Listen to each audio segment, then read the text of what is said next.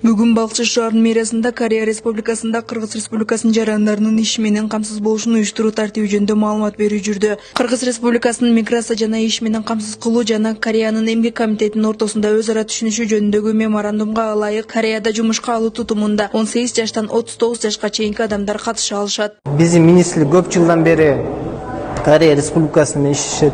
Кореяга биздин жарандар жыл сайын 500 миң адамга чейин ишке орношуп келет. Корея Республикасынын эмгек министрлиги менен келишим негизинде бул иш жүрүп жатат.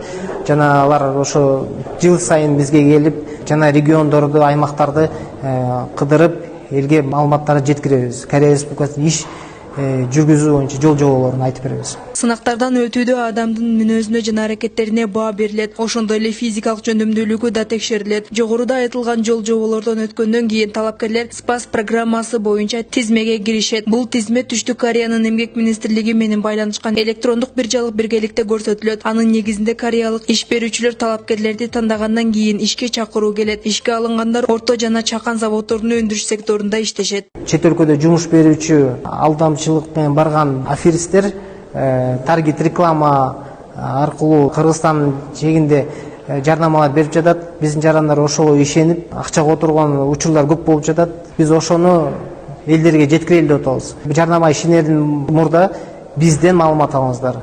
Биздин расмий сайтыбызга кайрылыңыздар. Ошол жерде биздин горячий линиялар бар. 1899 деген номерлер. Ошол жерден так маалымат алып сурасаңыздар болот.